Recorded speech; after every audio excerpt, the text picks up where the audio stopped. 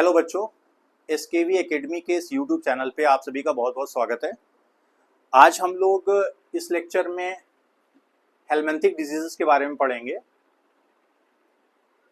और यह समझेंगे कि इसका कॉजेटिव एजेंट क्या है, टारगेट ऑर्गन क्या है, जैसे पिछले वीडियो में हम लोगों ने बात की थी।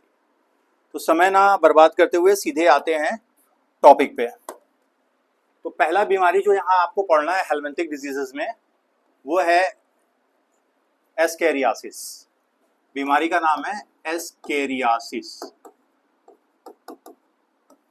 अगर आपने हमारा पिछला वीडियो देखा होगा हम लोगों का, तो उसमें ये जरूर देखा होगा कितने पॉइंट पे हम लोगों ने डिस्कस किया है हर बीमारी को। तो एस्केरियासिस का positive agent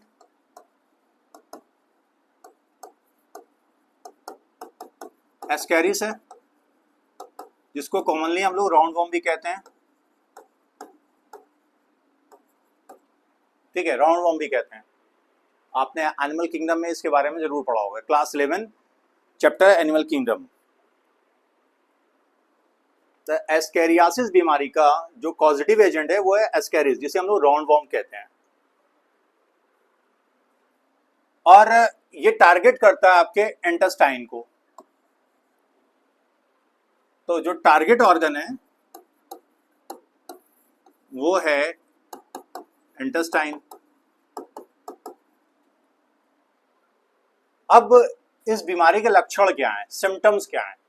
internal bleeding, muscular pain, fever, anaemia and blockage of the intestinal passage. जब इनका नंबर बहुत ज्यादा बढ़ जाएगा इंटेस्टाइन के अंदर, तो उस पूरे एरिया को क्या करेंगे? ब्लॉक कर देंगे, ब्लॉकेज कर देंगे, तो फूड का पास होना मुश्किल हो जाएगा। तो what are the symptoms? Internal bleeding, again fever, I think fever दिया होगा बिल्कुल, anaemia, muscular pain, anaemia, muscular pen,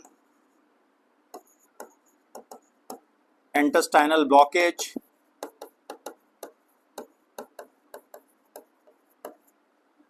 ठीक है, ये सारे सिम्टम हो गए। अब इन्फेक्शन होता कैसे है?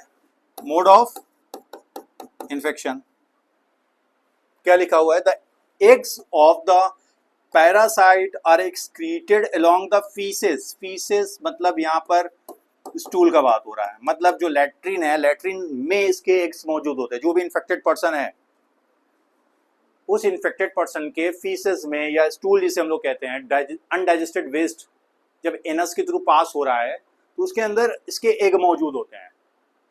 और अगर वह खाने को, पानी को, सॉइल को, सब्जी को, फल को इन्फेक्ट कर दे रहा है और वही खाना या पानी आप इस्तेमाल कर रहे हैं, आपको पता ही नहीं कि वहां पर इस एस्केरिक्स के एग मौजूद हैं, अंडे मौजूद हैं, तो आपको भी इन्फेक्शन होने की पूरी संभावना हो सकती है। तो मोड ऑफ इन्फेक्शन क्या हो गया भाई? कंटामिनेटेड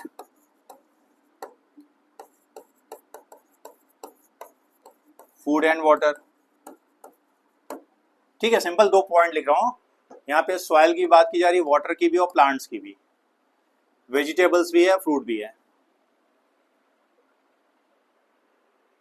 तो मैं फूड, वाटर, अगेन सॉइल भी लिख देता हूं। इन्फेक्शन हो सकता है। मोड ऑफ इन्फेक्शन, प्रिवेंशन,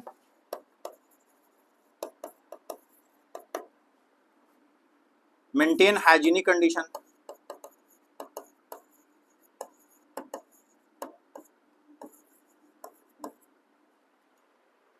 खाना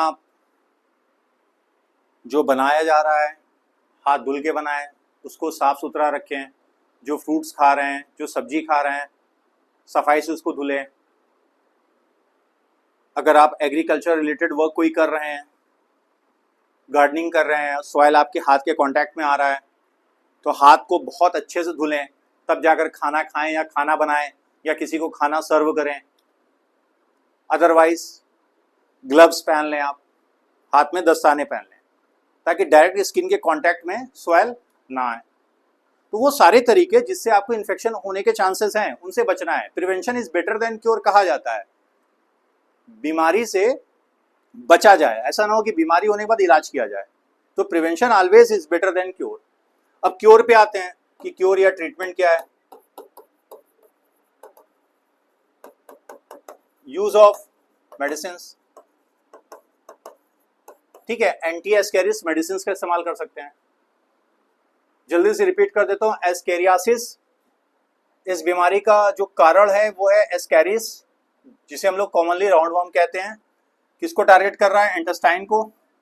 सिम्टम क्या है? इंटरनल ब्लीडिंग हो सकती है, फीवर, एनीमिया, मस्कुलर पेन, ये कॉमन लक्षण है। इसके अलावा इंटेस्टाइनल ब्लॉकेज, ये सारे सिम्टम हैं। इन्फेक्शन कैसे हो सकता है? ऐसा खाना या पानी या सॉइल जिसमें इसके एग मौजूद हैं, उससे आपको इन्फेक्शन हो सकता है। किसके एग? इस एस्केरिस के egg. Prevention, maintain hygienic condition, चाहे वो पर्सनल हो चाहे सोशल हाइजीन हो, दोनों मेंटेन करना पड़ेगा।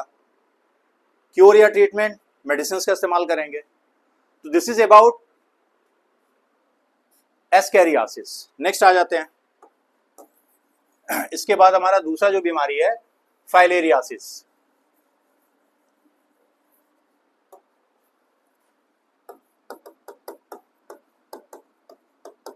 जिसे हम लोग एलिफेंटियासिस भी कहते हैं। एलिफेंटियासिस, तो कॉजेटिव एजेंट इसका फाइलेरियल वॉर्म, ठीक है। इसका कॉजेटिव एजेंट क्या है? फाइलेरियल वॉर्म, जिसका बायोलॉजिकल नेम है वुचेरेरिया बैनक्राफ्टी और वुचेरिया मलाई। तो कॉजेटिव एजेंट वुचेरिया बैनक्राफ्टी और वुचेरिया मलाई, ये इसके कॉजेटिव एजेंट हो गए। Next, target organ. अब ये एरिया आप देख रहे हैं लोअर लिम्स, ये हाथी की तरह से क्या हो जा रहा है? इन्फ्लेम कर जा रहा है, स्वेल कर जा रहा है, फूल जा रहा है। जो हाथी का पैर होता है उसकी तरह से ये दिख रहा है। इसी कारण इसे हाथी पांव रोग भी हम लोग हिंदी में कहते हैं। क्या बोलते हैं? हाथी पांव रोग, ये भी कहा जाता है इसे। ऐसा क्यों होता है? क्योंकि यहाँ पे जो लिम्फ वेसल्स है इसको ये ब्लॉक कर देता है, इसको ये पूरी तरह से ब्लॉक कर देता है, लिम्फेटिक वेसल्स को। इसी के अंदर ये पाया जाता है फाइलेरियल वॉर्म। तो सूजन आना शुरू हो जाती है, और ये सूजन इतनी ज्यादा बढ़ जाती है कि पैर जो होते हैं हाथी के पैर के समान दिखते हैं। इलाज ना किया जाए तो जान भी जा सकती है। क्या कर रहा है? causes a slowly developing chronic inflammation of the organs in which they lie for many years, usually lymphatic vessels of the lower limbs, and the disease is called elephantiasis or filariasis. The genital organs are also often affected, resulting in gross deformities. Deformities मतलब जो संरचना है उसमें पूरा बदलाव हो जा रहा है, जो मॉर्फोलॉजिकल स्ट्रक्चर है डिफॉर्म कर जा रहा है। फॉर्म ने डिफॉर्म कर रहा है, विकार अलग तरह का दिखेगा। तो टारगेट ऑर्गन क्या हो गया? यहां पर मैं लिखता हूं lymphatic vessels of lower limbs and genital structure, ठीक है, ये भी है, लिखा हुआ है ना आपका। जेनाइटल स्ट्रक्चर, जो जेनाइटल ऑर्गन्स है उनको भी इफेक्ट करता है। अब सिम्टम्स क्या हैं इस बीमारी के? सिम्टम्स अगर देखा जाए,